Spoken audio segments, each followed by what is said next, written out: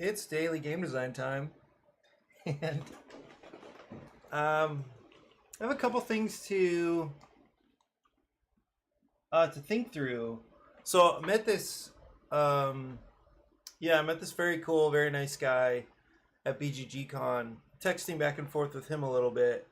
He's got this really interesting idea to make exercise a well a game. And I think there are a bunch of ways to go about this, and he had a few modes that he was thinking through. But the instant that I heard that this could be, or that he was hoping that this would be a cooperative boss battler, I thought that's amazing. This needs to happen. Well, so I actually texted him. I think it was yesterday or the day before, saying, "How about you text me some goals, some concrete goals you have, and a couple of deadlines." What did I actually say? Go ahead and list some concrete goals for the game, perhaps some deadlines for the next 3 months. I want to see this game happen. And fair enough. Like, his response here was not really a timelines guy, and I think it ruins the fun of design. And I think that's totally reasonable. We're all in it for different reasons. I get that. Here's where I'm going to take up a different position, though, and I'm drafting a text about it. And I wonder what you think. I wonder if we're on the same page or if we're on different pages with this. As we sat together at the con, I heard about his vision and his motives. He described them, I think, very plainly, and they involved a couple of features. One was that he notices that his dad, who ran a newspaper for many years, is struggling to retire. And I hope this is not way too personal and that somebody's going to be upset by this, but he would like to support his dad into retirement. And what he realized is his dad has equipment that could be repurposed for printing, potentially printing games. And that seems like a really cool thing. The other thing is that he's a personal trainer, and I think he's got some other skills as well. But he works with people to encourage them in a journey of health and wellness. And that's what he wanted this game to be for, was helping to improve people's lives. And so I'm hesitant to send this text, but at the same time I feel like it's possibly an important observation, or like a retort, a counter position, because I think when he realized, this is my belief, when he realized that his game had a mission involved, the mission was to improve people's lives. I think that is the very moment that design, in this case, at least in this case, stopped being about fun. So I know what he means. I know you can't rush perfection, that sort of thing, or maybe he doesn't have a lot of time to work on this stuff, or maybe he doesn't enjoy, I don't know, the kind of stress that comes along with like forcing something through. I don't know what his experience is with creative things. I feel like he, I don't know anything about his history. What other kinds of stuff he's worked on. In my experience, and I've been involved in creative things for a very long time.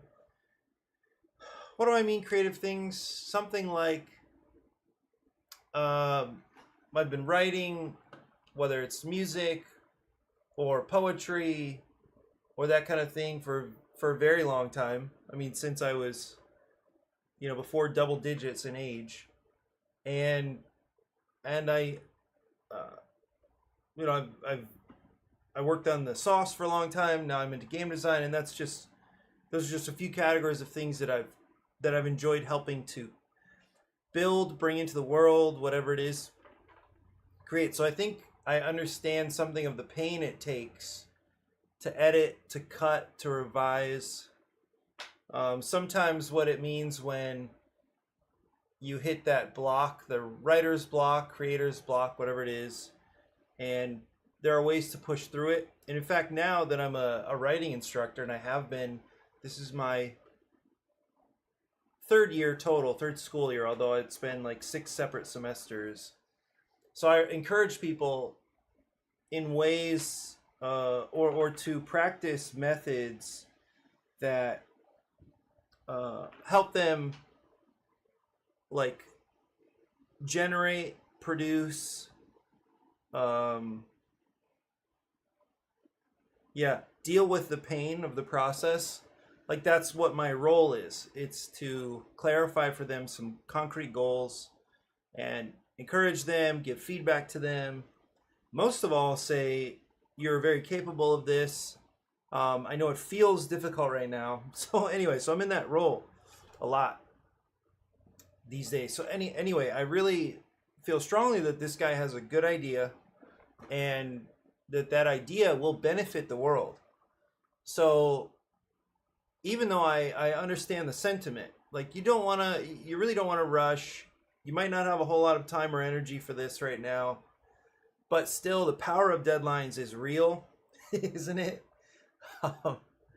And I think having a really clear mission or vision that benefits the world, it should be reason enough to commit to making this thing happen. So not all of us, finish things when it would be convenient or like most efficiently or anything like. But the point is, we do need to finish. We do need to finish these things. I watched there was a YouTube video yesterday. Kevin Hart. It's interesting in the comments. This is what the diary of a CEO. I really appreciate. I've listened to a bunch of these recently. So there's shorts. You can see my pretty much my whole history here is basically. I had to click through some of my own, but here it is. Kevin Hart. They're lying to you about how to become a millionaire. So anyway, really interesting story. He shares what it was like to grow up in I think Philadelphia. Eventually, I think it was a single parent home, and just some of the overcoming that he did. And what was really interesting is there were a bunch of really, I think, helpful ideas that came out of this what is it, hour and a half, not even done yet. One of the things though is that it's just so important to finish things. And I didn't understand this for a long time. I've been able to practice it now for several years, and it's really cool. And again, it's in every creative endeavor, it's important to finish something. Even if the quality isn't what you would hope, it's just important to stamp it and say, I think this is as good as it's going to be. I'm happy with this. Let's move on to the next thing. But anyway, the ability to finish is so powerful. And one thing I didn't realize is that eventually his ability to finish made him stand out such that, I think he used like a horse analogy, like other people want to back this horse. It's doing well. He's accomplishing things. He's trustworthy as a partner. He's going to get things done. And the more you show up for people like that, the more you show that you are able to follow through and accomplish things. This has not always been a strength of mine, but the more you're able to do that, the more people are going to say, okay, that's a safe partner for me. That's a safe bet. Let me support. Let me back that horse. I thought that was a really simple idea, but a really powerful one. Anyway, so I want to encourage my new friend to finish his game, partly because, number one, it's just good to finish things. Number two, I think the thing he's working on, the thing that he's going to be finishing is worthwhile finishing. Like, it would be good for people. It would be good for humanity if he finished his game. So I'm going to encourage him to suspend that idea that design should be stress-free, it should be, it shouldn't be rushed. I'm going to ask him to suspend that idea for the sake of humanity. The stakes are not high at all, right? The stakes do not appear high. Anyway, yeah, so that was just a thought I was processing this morning. But I do recommend this, first of all, this podcast in general. It really helped. I think I started listening to more episodes after I got back from China in the spring. Listened to a whole bunch and really found the interviews encouraging and interesting. And this Kevin Hart one about entrepreneurship was also very helpful yesterday. Yeah. Isn't it nice to this is the guy, this is the creator of Coup.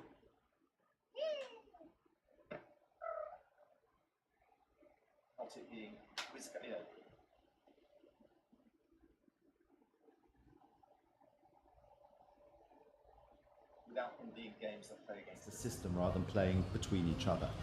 And I'm trying to see how can I break beyond that, get games that work for more than 10 people. Yeah. Do you know, there's one co-op game that I'm really enjoying, and I usually hate co-ops. Here, I want to share this with you. Actually, listen. It's a very short interview. How do you introduce people to board games? It's really easy, but it's all about choosing the right game. The first thing you've got to do is break down that shy skepticism. In other words, particularly in a group, you've got one person who usually is reluctant because of their own sense of pride, or they don't want to look foolish. You've got to crush that up front, because that's a bigger stamp on a game. You've got to somehow get everyone to, suspend their disbelief, like in a play. You've got to go, okay, right, this is something we're all doing, and make sure that everyone understands. So that's the biggest hurdle. Once you get people over that, I don't know anyone that doesn't like games. I mean, I've had lots of people who go, I don't like games, I don't like games. Then if you choose the right game and then they get over there, I'm not going to make a fool of myself, hang-ups, it's hard to go wrong. So you've got to have a good leader in all these games in some way, shape or form, or enthusiastic people at the table.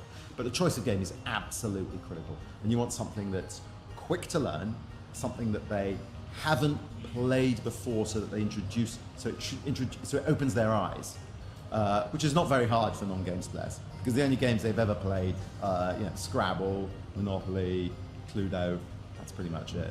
And so I like this point a lot. I think this is really, really crucial. It's weird. I didn't intend to become an evangelist for board games, and I think there is plenty of life beyond games. I mean, it's a big part of my experience these days.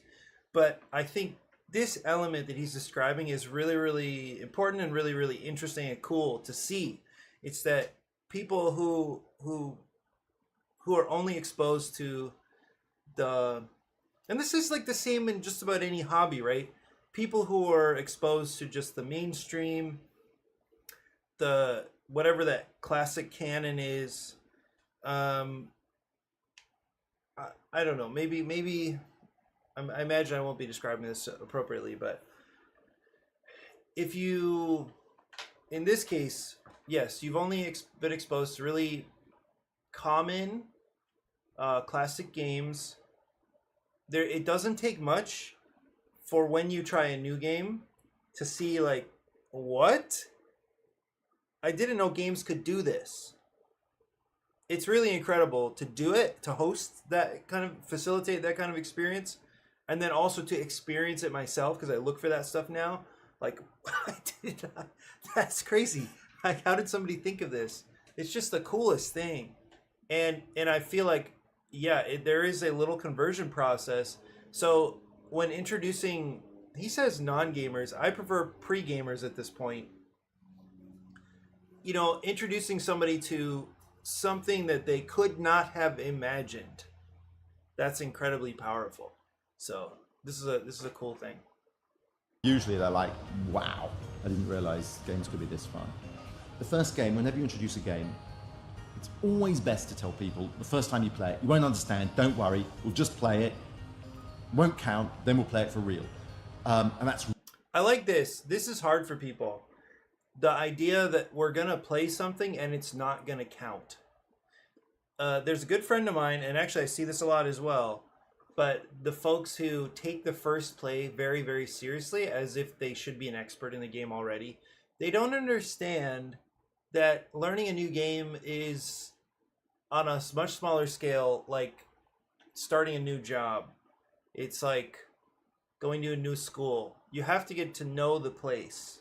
You have to come to understand the system, the interactions that are possible, the kind of experience that the designer intended. You have to become familiar with this before you can be comfortable managing it. So it's really useful. And this applies across hobbies, across skill sets. You have to come in with the mentality that the first one doesn't count. Like, you're gonna make mistakes. It's not gonna be easy. You may run into issues and get frustrated, whatever it is. But just realize, and I mean, I know life doesn't always offer us the second opportunity, but in this case, the posture, the attitude is really, really important. That this one, the thing that we're going through right now, the very first time, it's discovery play. It doesn't matter at all, except that you come to understand the situation more clearly. That's it. That's all your goal is in the first time you try anything new. I've been dancing these days, and I've been struggling. Like, I have fun with it. I have a little background just because I danced with my mom, or I took one lesson with my grandfather, so I understand very little bit about dance. But I can pick up the movements. I have some understand, like I have some control over my body, some awareness of how things work and move. And so I can kind of pick things up and kind of simulate things, but it's been really good for me to go in with the attitude of like, you know what, I'm going to try to set some concrete, achievable goals. I'm not going to take this too seriously. And anyway, it's been cool. I've gone 4 times, and I don't feel like I'm making a lot of progress, but I'm sure I am. But still, it's important. Just get to know the territory. So I like this thought here. Really critical, so that they don't judge it on the first time. And so the second time people play it, they get it. And if people don't get it the second time, then it's probably for non-gamers, it's probably too complex. So the game has to be short, it has to be highly interactive, so it's different with a different group. Because there's, a problem with a lot of games is you play it once, twice, that was fun, but you know the experience of playing it the third time is going to be exactly the same. So you go, okay. So this is an interesting point, and I don't fully agree. I'm with him. Partly because I know the kinds of games now that, having designed Coup and Chameleon, I know the kinds of experiences he's setting as his target. So I get what he means. I do like games where I'm just trying to master the system. I'm just trying to understand how the systems, the mechanisms interlock so that I can manage those systems most efficiently. So I still like games like that, but I like this point too, and maybe for early on in a gaming experience, to become comfortable playing the people rather than the game. I think that also matters. Yeah, that was great. It was like going to a movie. That was great. I enjoyed that. Don't need to see that again. I'm going to go see another movie.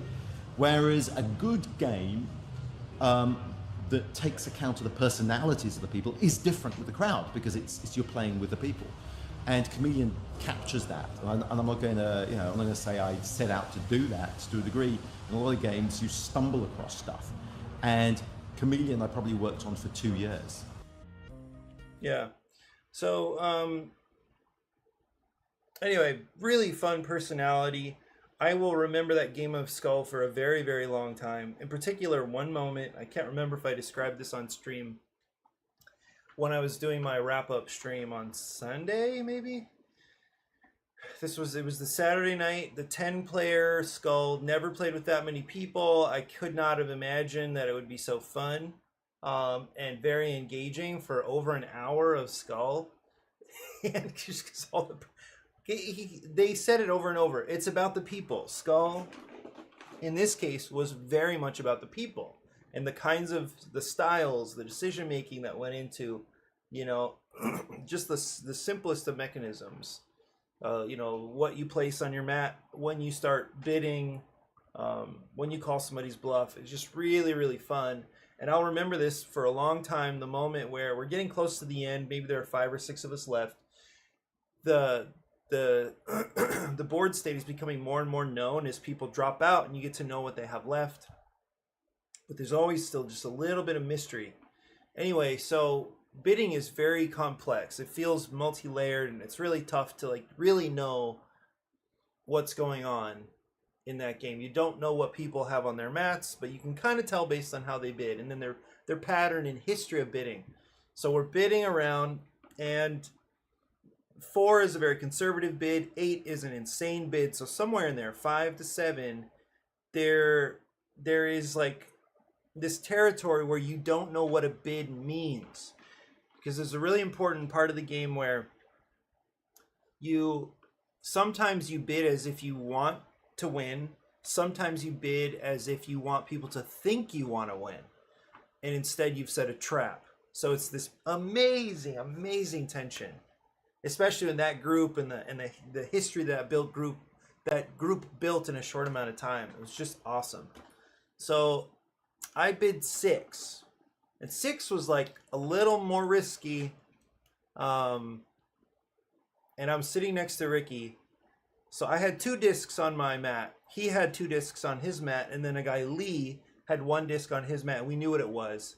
So I bid 6, sending the message that I want to win this bid, when in fact I had set a trap. I put the skull and the first one in my mat. The incredible genius of the game is that if you win the bid, you have to flip over all of your discs first. And on that disc, there's either going to be a flower or a skull. You start the game with 3 flowers and 1 skull. If you flip a skull as you look around, as you start trying to flip discs equal to the number that you bid, if you run into a skull, you just stop the game, you lose a disc, and once you lose all of your discs, you're out. Well, okay, so I had 2 discs, Ricky had 2 discs, Lee had 1 disc. I bid 6. If Ricky is correct that I wanted to win the bid, then he's got 5 discs already built in that he can be comfortable flipping. So I bid 6. He believes me. He bids 7. Everybody passes. He flips he flips his too. Perfect. He flips Lee's. He flips mine, and then with confidence he flips he flips the top one, and then with confidence he flips the bottom one, and then basically moves on, and then he notices with shock that was in fact a skull. And it was just like, I mean, he broke down in laughter. I just cracked up because it was like the perfect moment. Lee was celebrating with me, gave me a fist bump. It was like this moment of brilliance. And I just, just take a risk. Like, I don't know what Ricky's going to do, but he walked into it. He walked into the trap, and he handled it with such grace. Like, it was exactly the kind of moment that he wants to build. And so it was cool that he went through it and handled it brilliantly. It was just like this funny, wild moment. We high-fived, and he was just like absolutely shocked on his face. It was just shock. It was just so good. And it was fun to be a part of that moment, to have guessed appropriately, to have guessed well. That 6 meant something, and then Ricky would go for it. And it was just like one of the craziest gaming moments I've had so far. But it was just awesome that it captured exactly what he is preaching, essentially. It's that you have to play the people, and the games that he loves are the ones that are different based on the group that plays. And so anyway, that was really, really fun. Okay, but I do need to get to work. I have a fair amount to do. Yesterday, I may have completely revised, like rebuilt from the ground up, these cards. Well, I had Gemini work on it with me here. So the thing though is, I asked Gemini to build me an interactive canvas, and it didn't do it.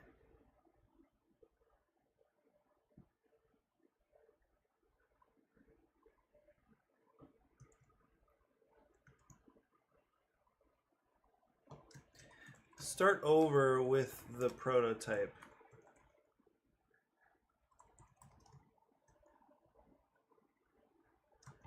Build an interactive canvas here so I can play test the game.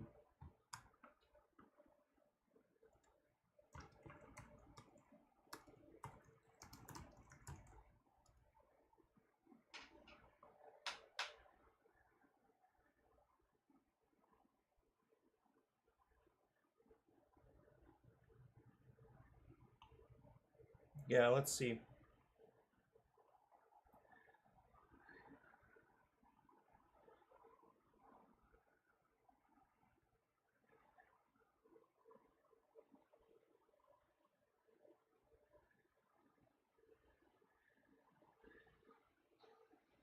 So I don't know why this didn't occur to me before. I think what it was is that I really wanted,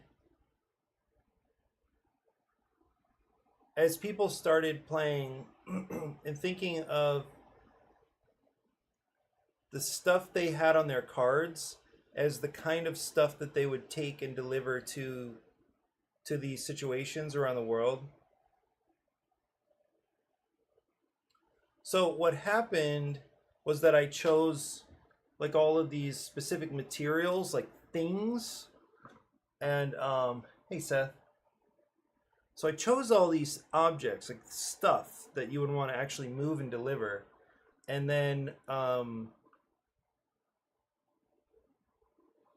what that did is it became this translation from these broad categories of the 4 pillars of ADRA. It became like the one was like emergency response. That's one of the pillars, but that became water, food, shelter. So it went from 1 category to 3. And that same kind of thing happened with development. So that became like tools for building and then seeds for agriculture. And both of those things are important ideas for ADRA. They do want, they want to help people build infrastructure and also wealth, like economic security in both of those ways.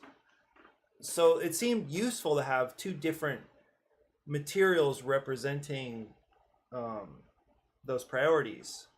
So anyway, that became 7 icons. And squeezing 7 icons on these cards was difficult, but it was difficult. It wasn't just a graphic design issue. It also was a very serious gameplay issue, because now, players have the challenge cards have these really specific needs, and by spreading the icons by spreading all 7 icons between these 4 decks and having like differences in rarity, I think that produced the moment where what? This didn't work. Is it still going? No.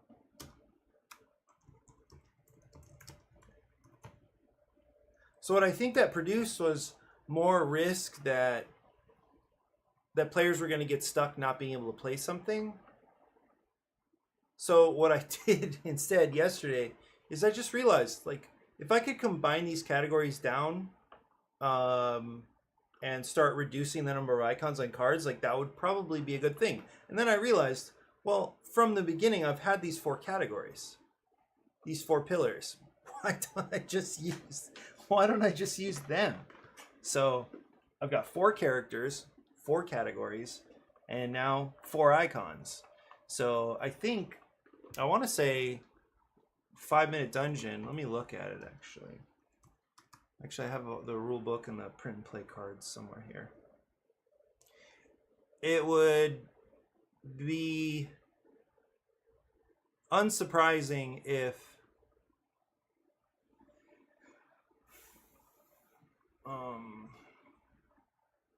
it'd be unsurprising if 5-minute dungeon has 4 icons. It'd be kind of sad if from the beginning that just made the most sense. It also might have been good that 5-minute marble, 5-minute dungeon. Let's look at this one. It also might be good that I went through this. Oh, see, they have 5 icons. So 5 icons, and these are all discrete icons. It's not like one of them is wild. But now I wonder if...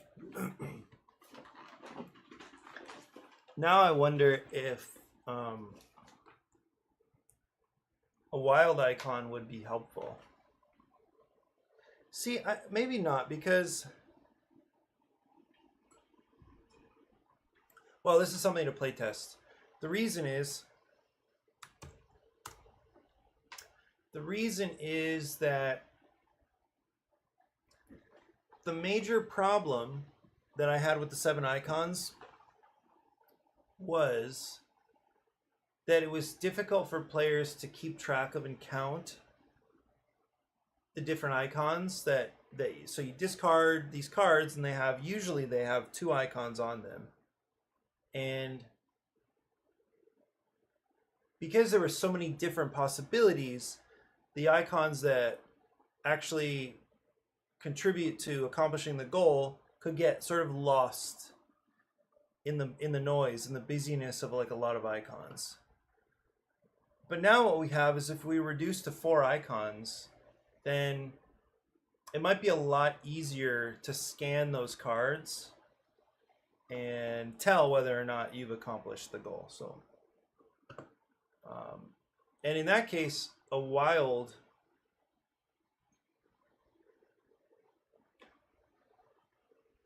regenerating the code. In this case, a wild might actually work. It might not be that confusing. What would a wild be? I don't, like thematically, what could a wild be? I'm not too sure. I'm not sure I need it.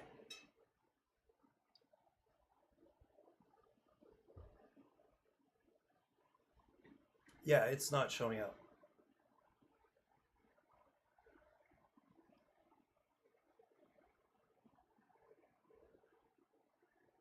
It should have a little preview window, and it's not working at all. Maybe. Is this going to be code, or is it going to be the interactive thing?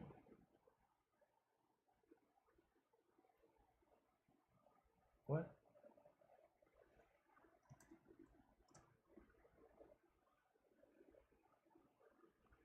Yeah, it's not liking that for some reason.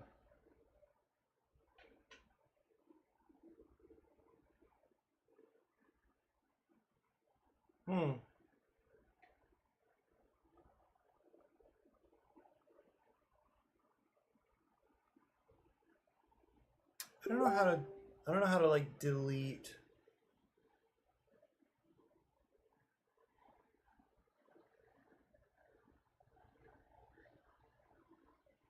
Yeah, I don't really know how to like delete these and start over. Because I've asked it to start over twice and it's not really getting it.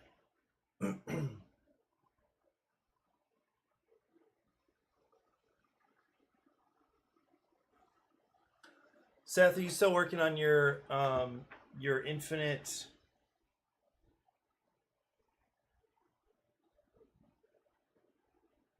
Catan? Or what's your main Twitch project?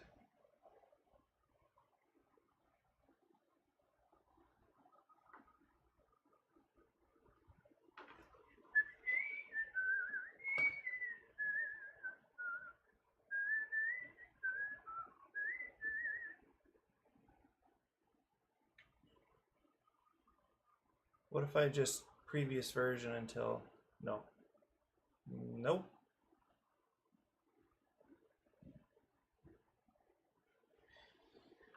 Huh. I don't know what. Let me see if there's a way. Infinite Words is in maintenance mode right now. Working on Force Commander co-op play by Post Mercenaries. Oh, that's right. That's right. Yeah. I think that's what I saw you working on before.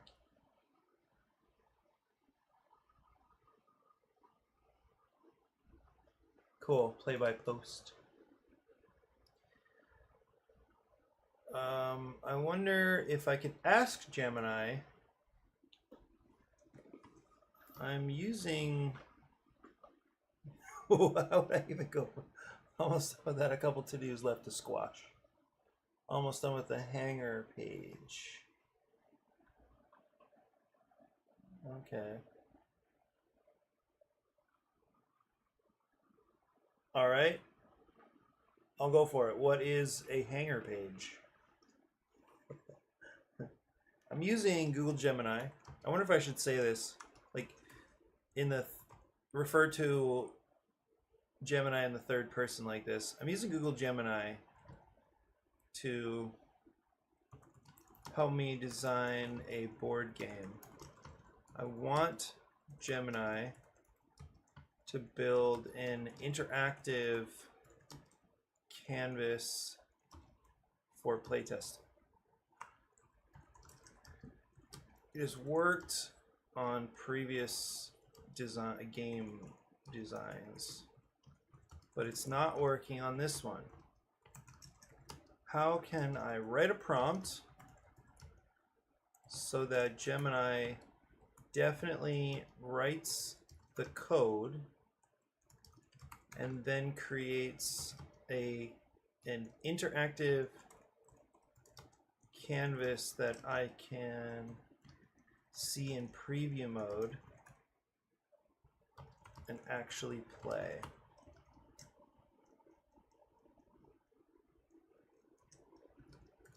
Help me write a prompt that basically forces Gemini to do this. Let's see. Hangars where the player's units are stored. Okay. Where they can modify them and purchase new parts. So a player can purchase a unit of trucks, for example, and then buy weapons or equipment for them, attach the gear to the vehicle, and then save them.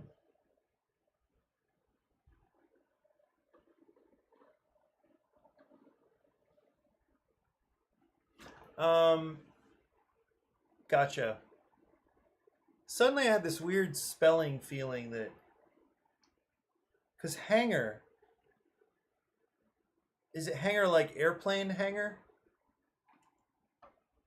Is that H-A-N-G-A-R?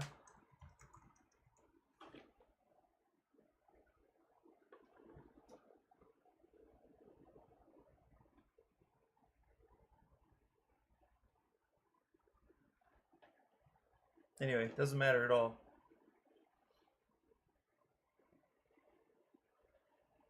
I know, it's one of those goofy little words. Like, honestly, my spelling is absolutely terrible at this point. I used to think I was pretty decent at it, but every now and then something will catch my eye.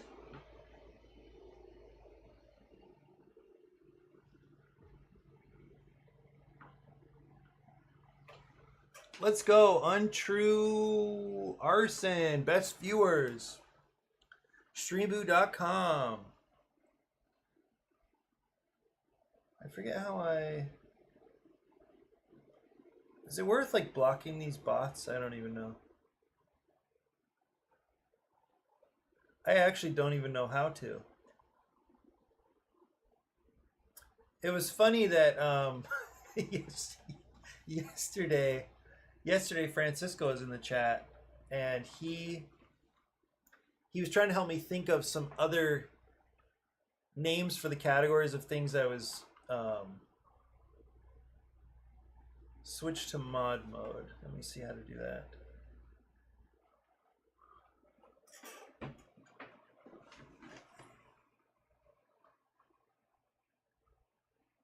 Okay, let's see. How do I do this?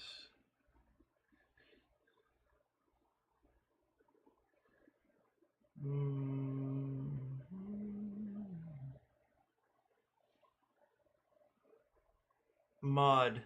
Bam.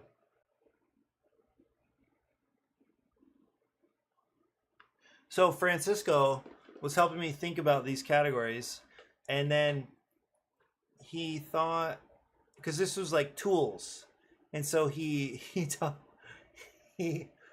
um he said maybe I should choose hoe as in gardening hoe, and then he got automatically modded or whatever that's called. Yeah, awesome. I see that. Thanks for doing that. And I have a sword. Shing shing. It just makes so much sense. You should have a sword. So yeah, Francisco kept having to like try to type hoe in different ways so that it would show up in the chat. I thought that was really funny. Okay. Copy and paste the following prompt. Fill in the bracketed information with your specific game details. Role: act as a senior front-end developer and game designer. Task: create a fully functional interactive web-based prototype for a board game with the following rule set.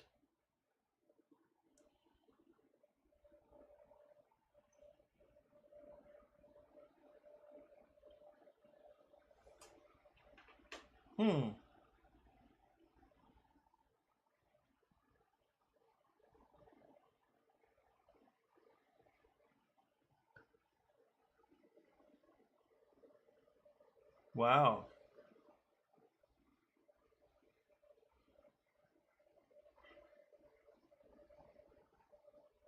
Interesting.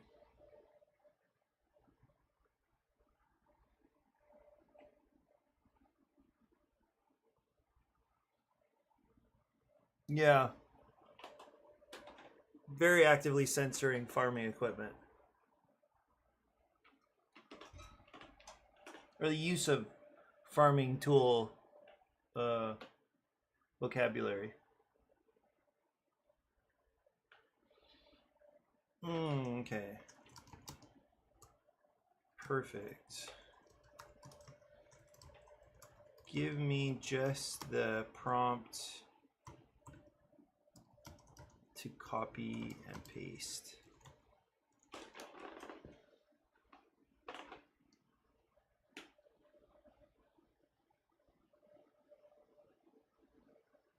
Oh, gotcha. Gotcha, yeah.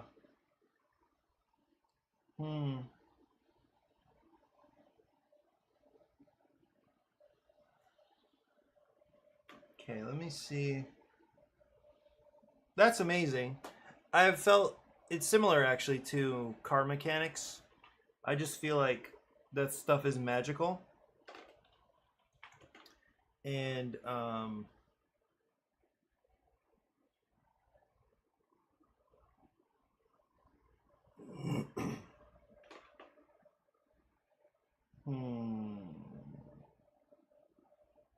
let me get the rules.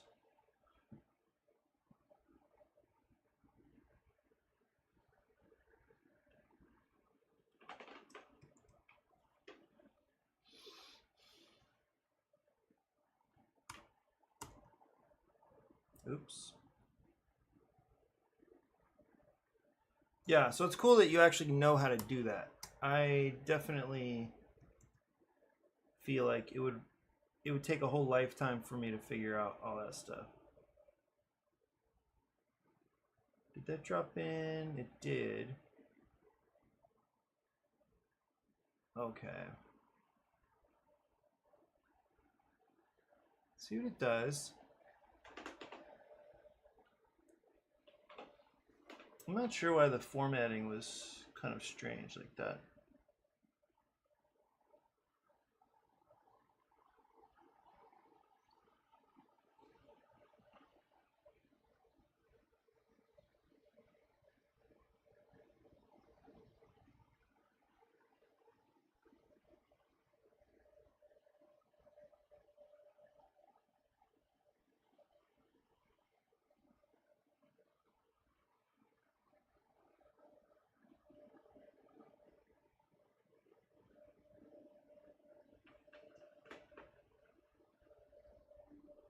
It'd be interesting if the main thing, like I said, because previously I was able to play the prototype right here. in this little window, but I suppose it's possible to take this somewhere else and try it. I don't think so. There are a lot of good resources out there. The guidance to point you in the direction you want to go. I think you could learn. I appreciate that confidence, that encouragement. Just seems like learning a new language in any case is like wild. And I feel like coding would really force me to think differently, which I think is probably good. I think it'd be nice, but if my feeling is that it would be like learning to walk again. Something like that.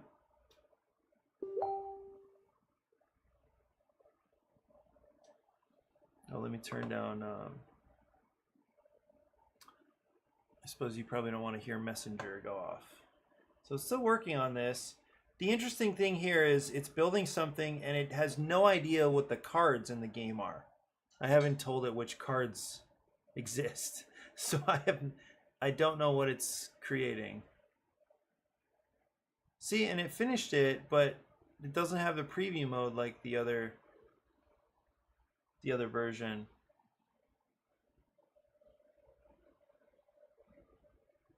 See, this I don't understand. So if I go back here, yeah, coding forces you to think about your assumptions and address them specifically. I think it's great. I have a there's a friend that definitely paid for college and a whole lot more because he knew several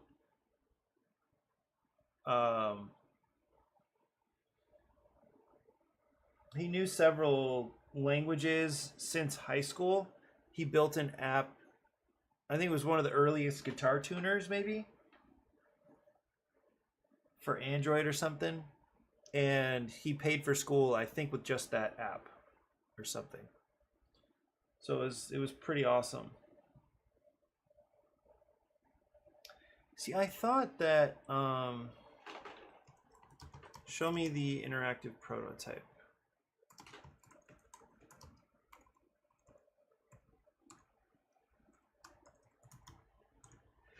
I thought it was in here.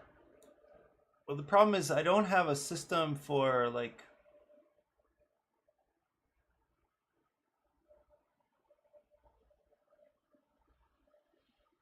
yeah, I don't really like how it. Oh, is this it? Wait. What is this?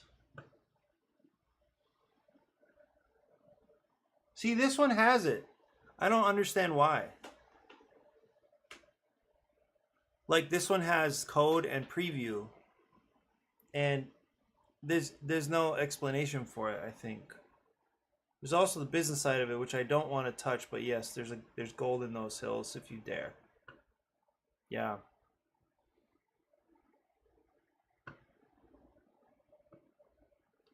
Are the rules here? Yeah.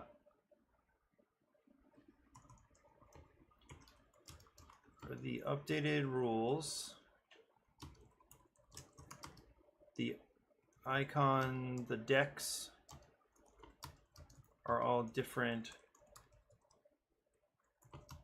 as well. Oh.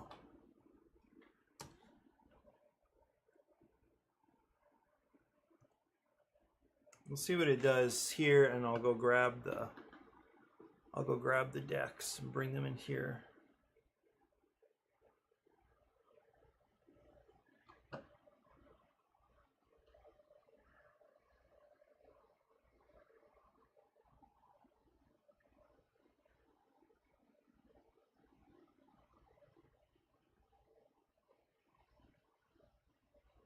Wait.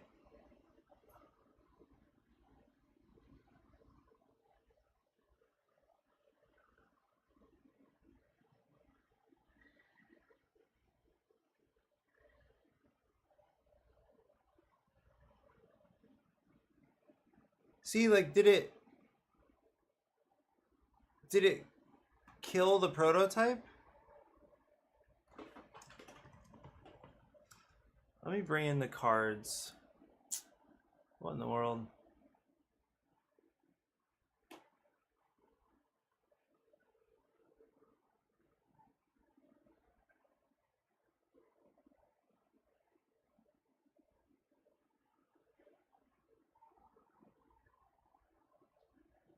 Where did the rule? Isn't this the one that I? Yeah, where's the rule book now? Oh.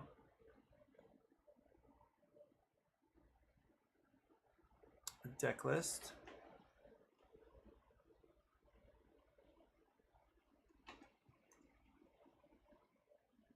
Gonna try again. I feel like this is very weird. Here's the updated. Which one is this? Deck list for what? I think this is. Yeah, for the characters.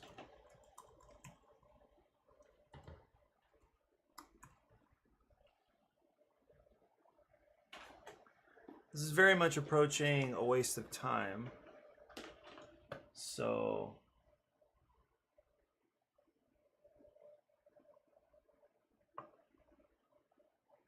okay, it does have a preview button, but I have a feeling it's gonna say, sorry guys.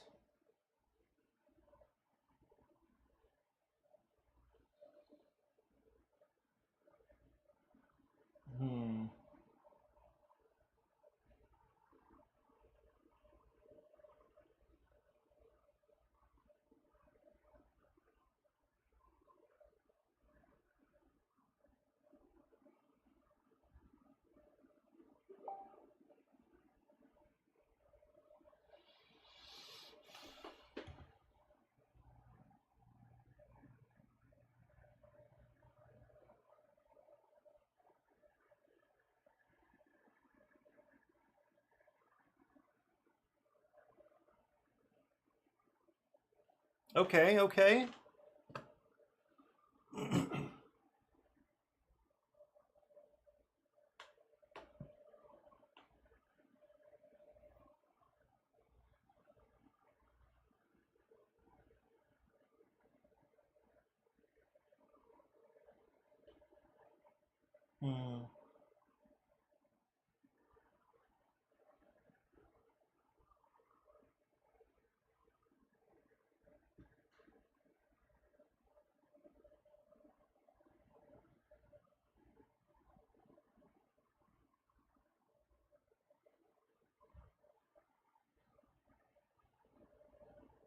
Oh, yikes. So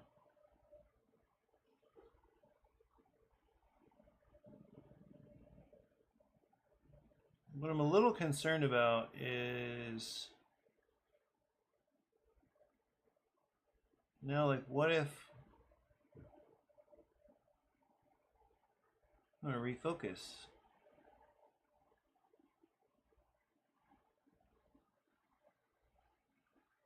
Oh, it's building in. How do I use the ability?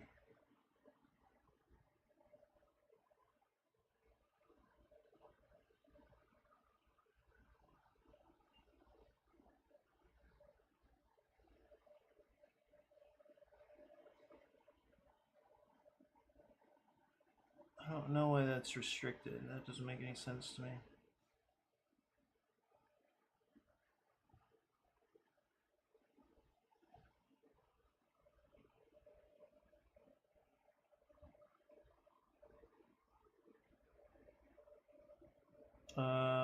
Okay, well, that's progress. Let me change. I'm gonna grab the challenge card deck.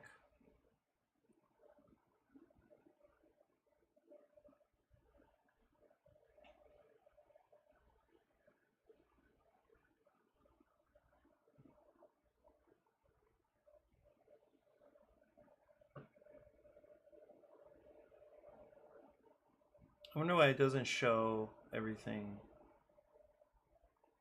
Because it was this one, wasn't it? Yeah.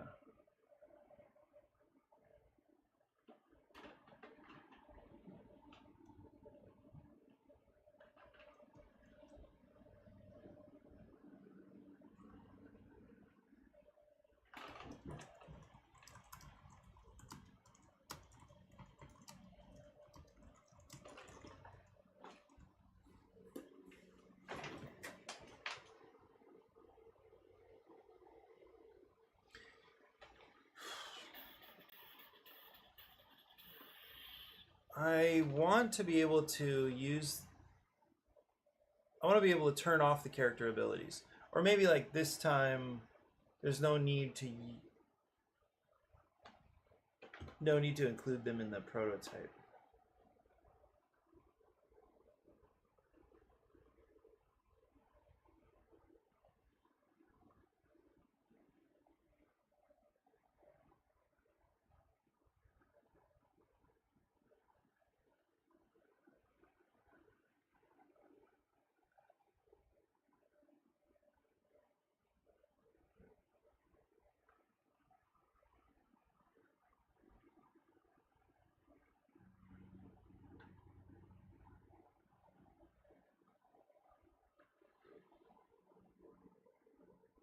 It's working away.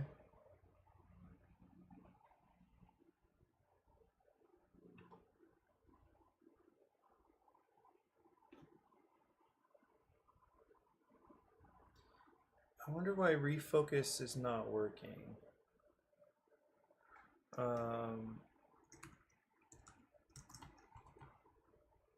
Eliminate the player abilities from the prototype for now. Also, the refocus ability is not working. Or refocus action is not working.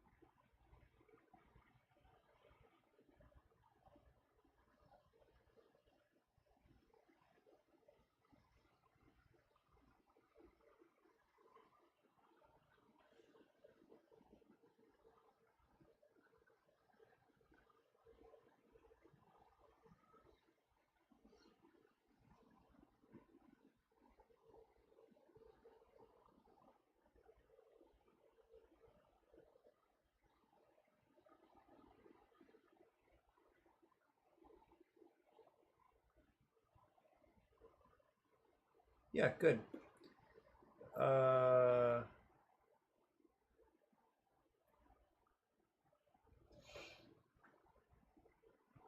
You know what? I wonder if... Okay, let's try. Start 2 and 1.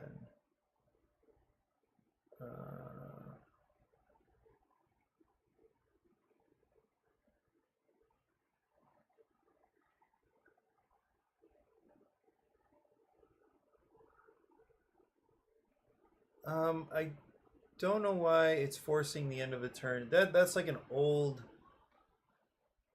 Oh, let's see. 1, 2, 3, 4. Okay, 5. It shouldn't be ending the turn automatically. Also, refocusing is still not working. Like, what do I need to do to refocus?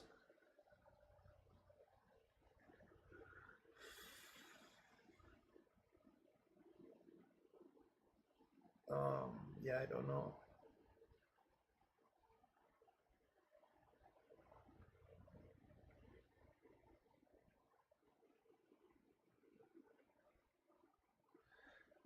Like, why is that okay? Refocus east. 1, 2.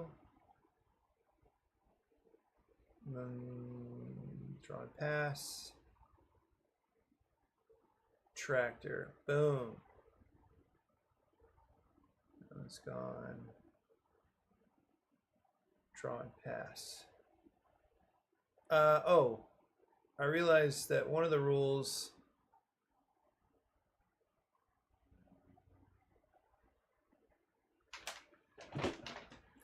Update this rule.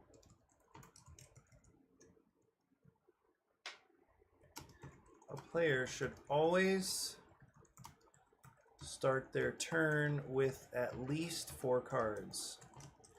That means at the end of a player's turn, check their hand for the number of cards. If there are fewer than 4, draw cards until that player has 4. If there are 4 or more, do nothing. Okay, that should... Yeah, I'm not sure why that didn't get translated from the newest rule set. It's interesting that refocus shows up sometimes. Not really sure why.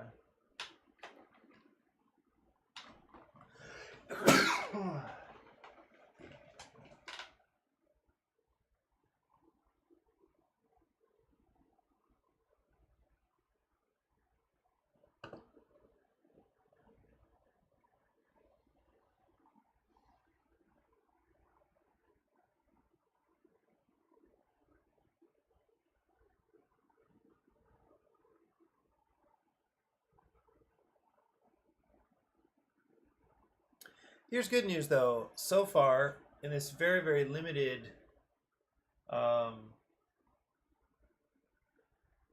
playtest scenario, there has always been an opportunity for a player to play a card. That's the good news.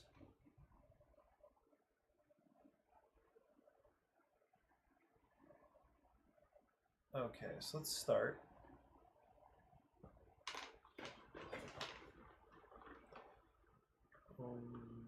Let's do 1, 2. Great. 1.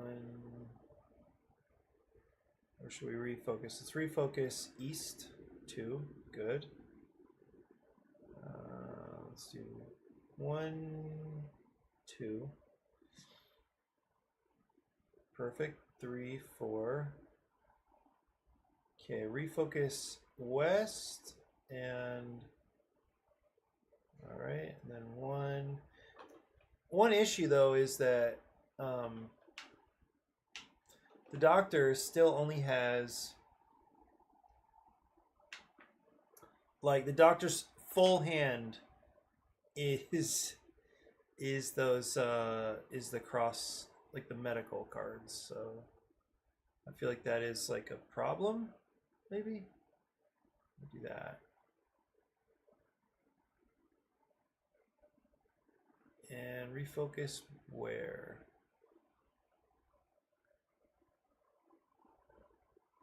I'll refocus south. And I'll just do this.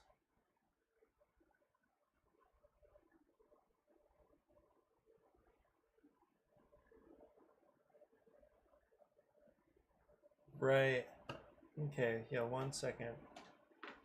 So this is potentially good because, well, let me see. Okay, so this is still helpful. Like, the doctor can still spend their cards so that, oh,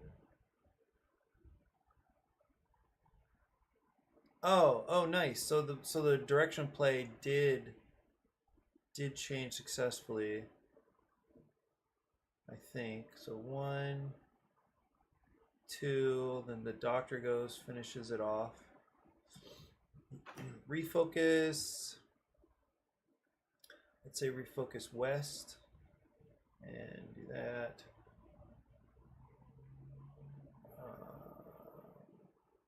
Refocus north. Oops. Did that just happen twice? 1.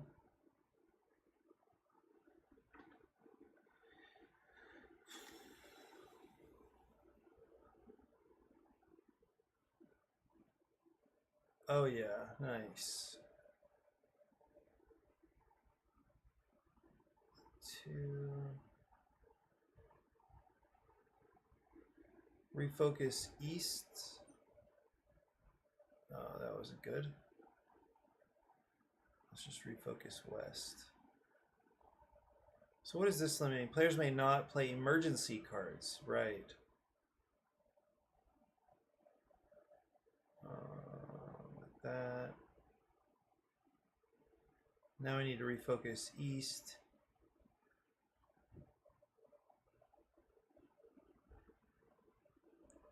Can't do anything, draw and pass.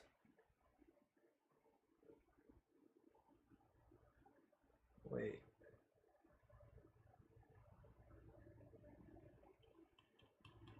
Did it freeze? Okay, so one of the differences between learning to code and learning a language is the vocabulary. I feel like you have to learn a lot of vocab to feel effective with a language, where you don't have to learn a lot of vocab to do something effective with code. And then there's the grammar. It's true, with human speech, you can usually get your idea across. I don't know why it froze right here, and I literally can't do anything.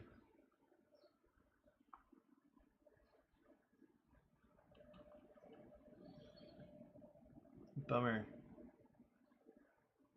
So it might actually be a larger problem now with fewer icons.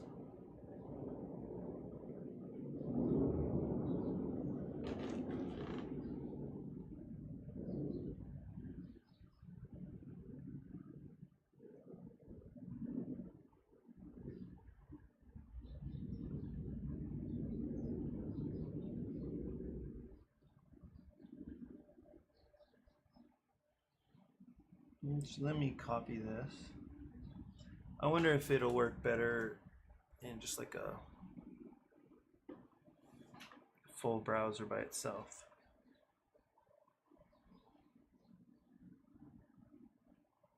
I don't love that I'm having to scroll. Maybe. Okay, this will work.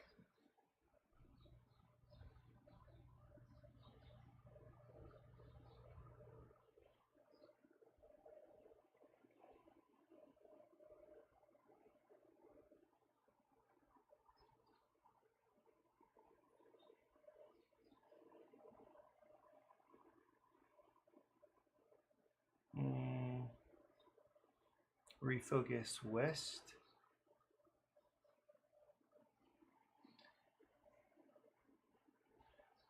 Nice. Okay, so that.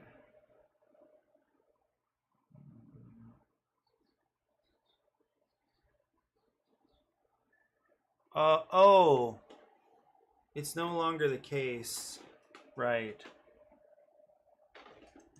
It's no longer the case that finishing a challenge card ends a player's turn. In the latest rules, the player still complete all of the action.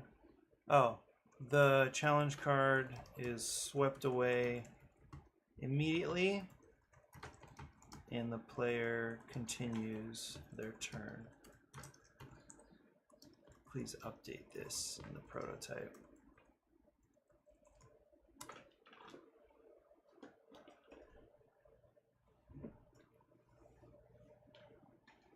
Yeah, I think.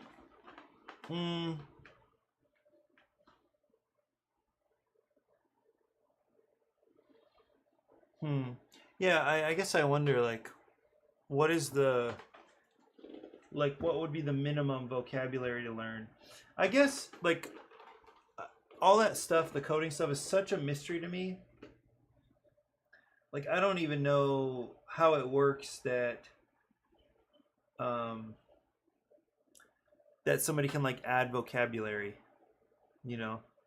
Like, whoever invented the language, that's insane to me. And then they could just kind of add whatever words and abilities fit with the tools they wanted to create. I think that's so wild.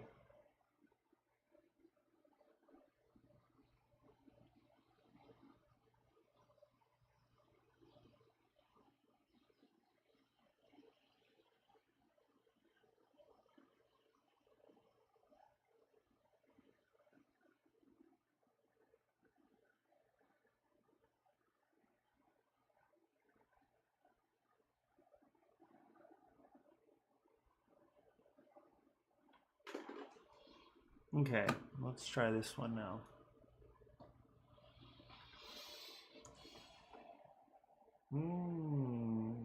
What?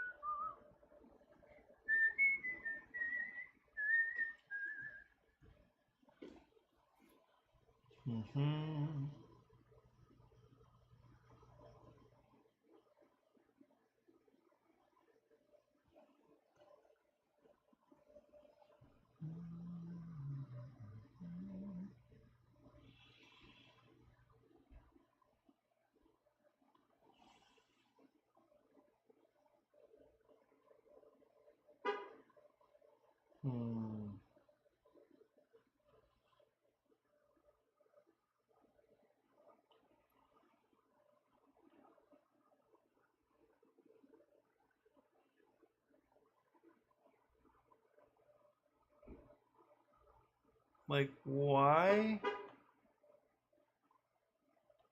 So this it just froze again. Not sure why that's happening.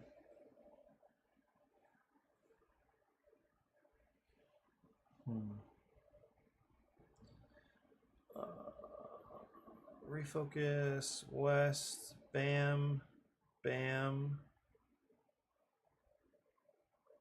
Okay, it's getting this roll correct now. That was great. 1, 2, 1, 2. Refocus, which way? South.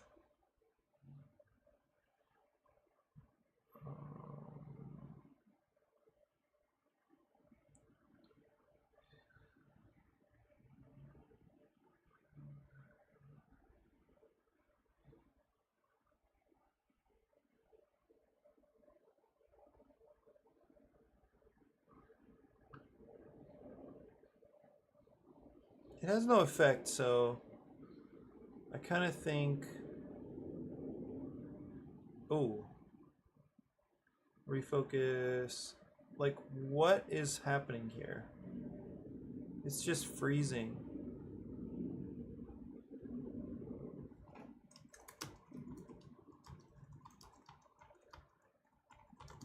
But then it freezes partway through. I'm not sure why. Can you fix it? So the computer runs on a CPU, central processing unit, which has a limited vocabulary. For instance, the chip could use 80 times whatever that means, x86, and everything has to wind up using only the words that 86 has in its dictionary. All other languages that compile to 86 just translate into those words. So you can make a language with whatever words you like, but your translator has to turn them into combinations of those words. x86. Okay. Cool.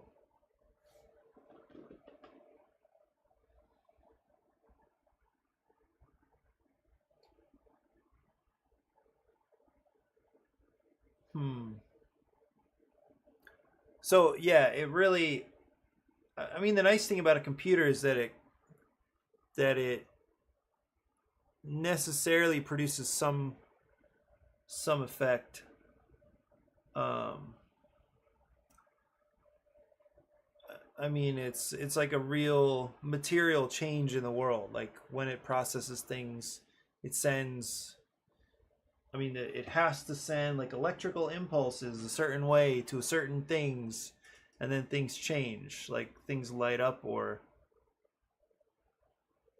they don't light up or whatever. Which is kind of nice.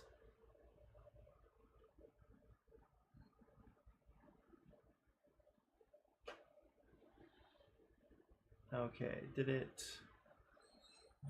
Let's try this one.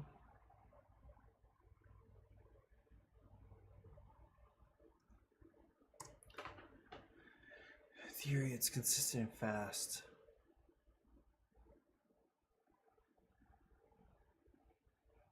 Okay, let's try this one now. Play direction reverses counterclockwise.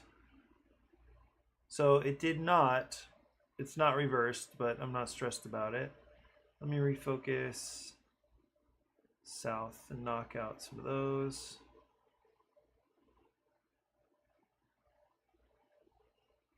Refocus east. This is working fairly well, I should say. Oh. Okay, I'll try to get rid of these soon. Okay.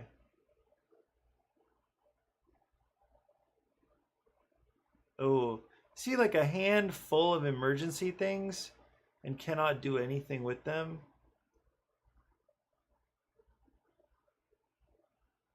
Refocus north. I guess this is why the event cards matter.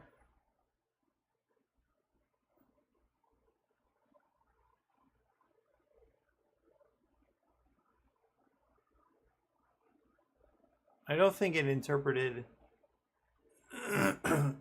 Maybe it just reversed. Maybe it interpreted that card as an effect. It did. Like as if after you finish it, then it comes into effect. So are you going to be able to hang out with Ricky and Madonna very much? It was a cool surprise that they came through last night.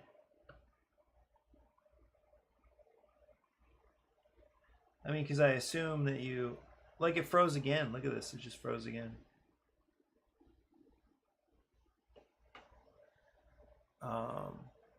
Anyway, it's working in a way.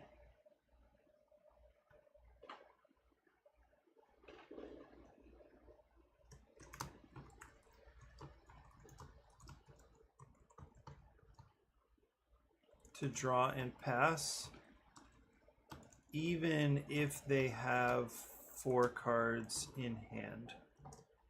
In other words, you should be able to end your turn with more than 4 cards.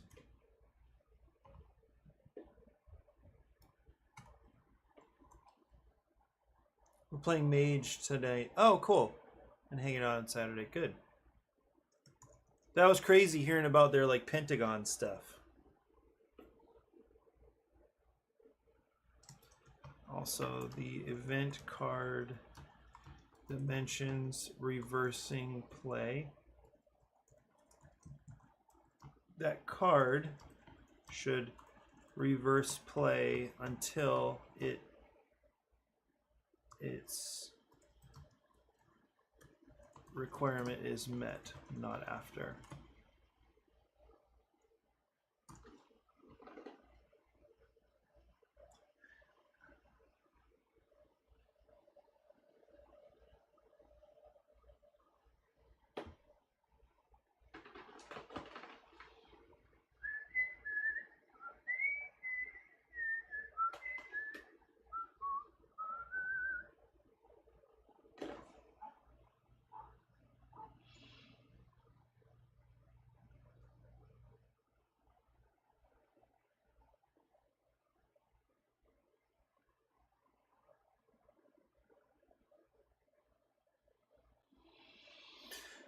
So my hope is that by reducing the number of icons and categories, etc., this game will be a lot easier to process when it comes to like counting up icons for the challenge cards. And if that is true, then I think the graphic design is a little less important. I mean, it's still important, but it's less sensitive. So with more icons, you need to be able to parse the icons super quickly, to parse through a whole lot of icons super quickly. And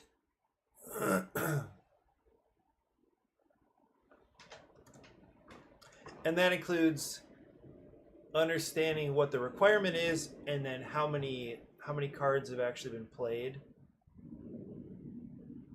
How many icons have been played?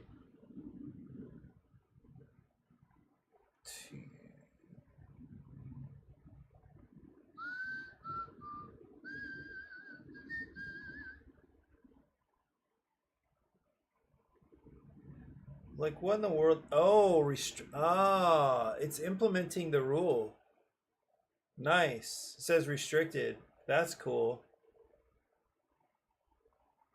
Why can't refocus where? West.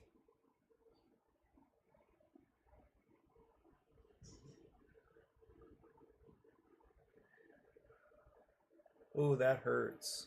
I think we need to. Nice. Okay, so that it allowed me to draw. Uh-oh. No effect. Okay. Pure discard sync, it says. Okay. I'll refocus north and one end turn 2, 3. Nice. Okay. So we actually really need to get this out of here. So let's refocus south. Go 1, 2, 3. I don't love that. And then 4. Nice. So the restriction should be gone now, but it's not.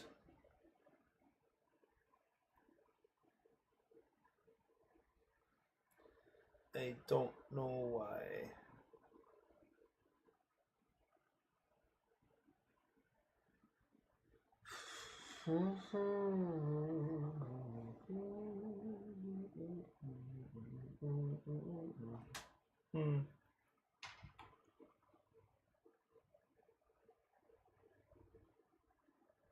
Okay, now it's gone. I don't know why it's gone now, but it's working again.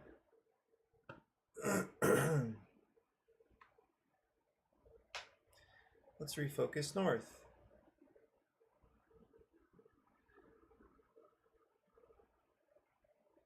Tractors. In my turn. I don't know why drawing one card is not allowed. I don't know why it's saying that.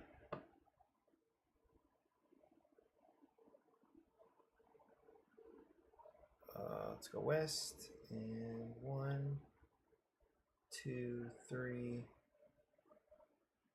4. Oh, perfect.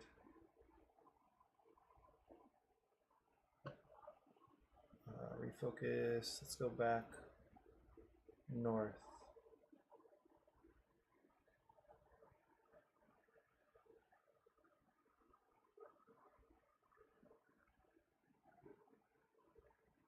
Oh, this is perfectly lined up. Almost. Draw and pass. The prototype is actually working well now. Sort of. Nice. Okay, so that worked.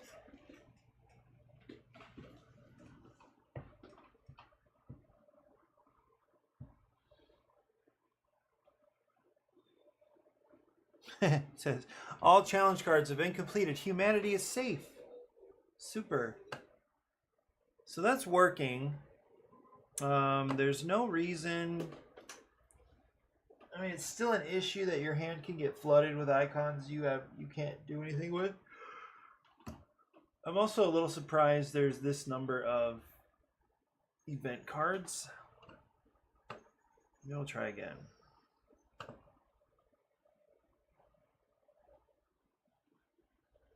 I mean, but it is working. Okay, so it's going in reverse now. So that's good news that that's working.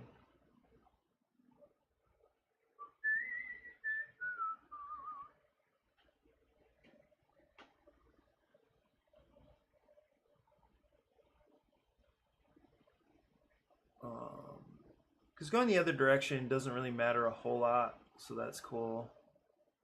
I think I'm going to refocus west. 1, 2, can do that myself. No effect. Let's just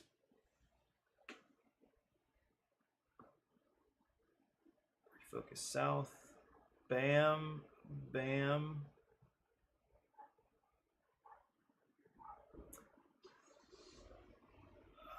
Is that correct?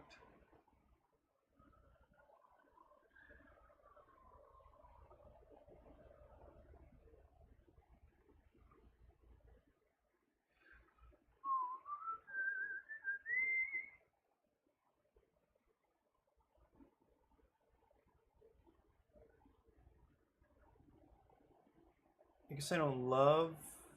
Ooh, nice. Okay, that's doing well. Like it's actually understanding. Refocus where.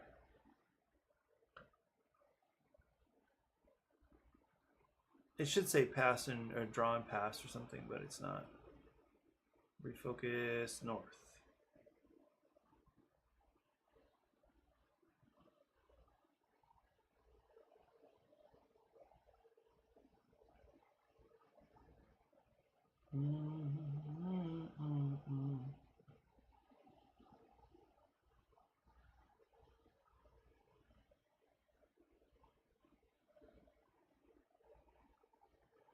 Definitely in a situation where these players can't do anything. End turn. And I think that may just be the nature of it, of the game. Like there definitely will be some games where you can't help, and it's what can you do when you can't help is still a question mark.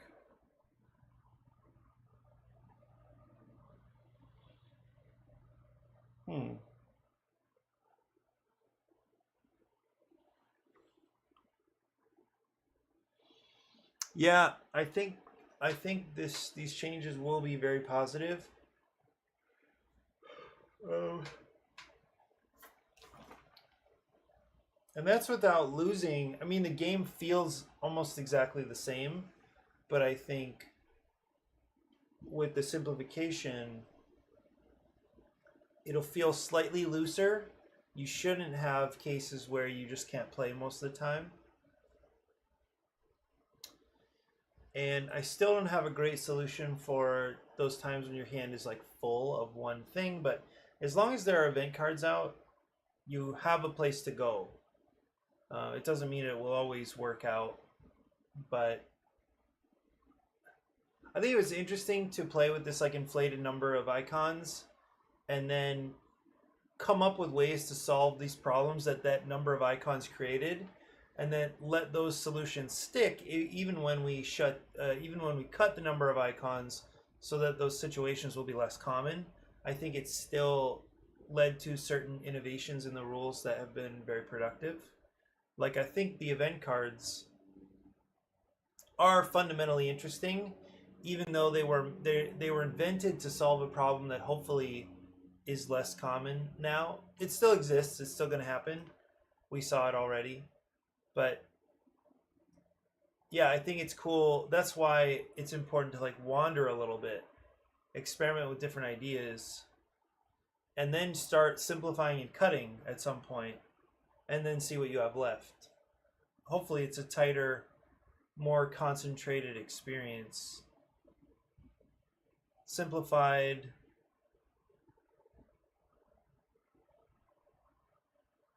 less distracting. Like it is itself further out of the way. The game feels like it's getting out of the way, and like players can understand it quickly and easily and interact with it. It is itself less of an obstacle to fun. So hopefully that works and makes sense. I think, you know what, I think that's an issue with the Sugar Shack game. I think it is itself an obstacle to its own fun. It's just not clicking with people. It's not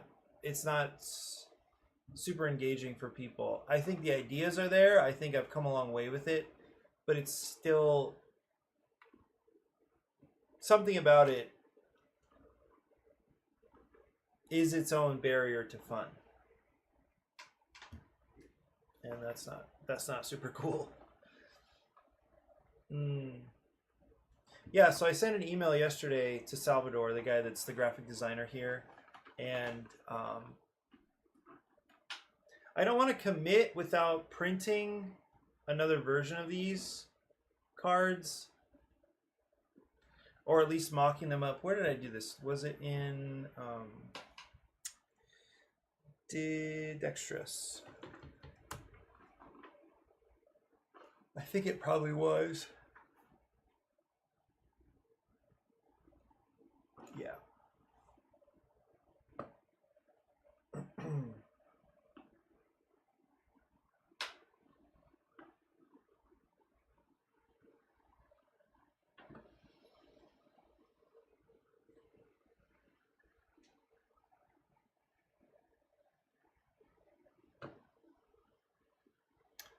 Okay, so I think I am going to build another prototype just like this one, and that'll take a while. But I think that's it for me for today. It's been about an hour and a half. I feel like the playtesting that, even though it was a little broken, the playtesting I just saw was encouraging enough to at least try updating the prototype. I'd rather not print it again. I think that costs like $100. But yeah, Seth, have a great Thanksgiving. Hope you've got some nice plans. Are you getting together with anybody, or are you just kind of keeping it, the two of you, keeping it simple?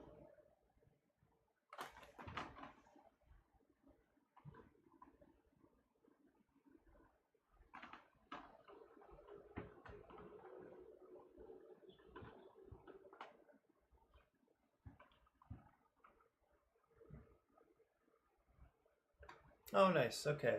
On base for an event. All right. Yeah. Have a great Thanksgiving. I'll see you soon. And for everybody else, enjoy the holiday, friends and family and food. See you soon, too.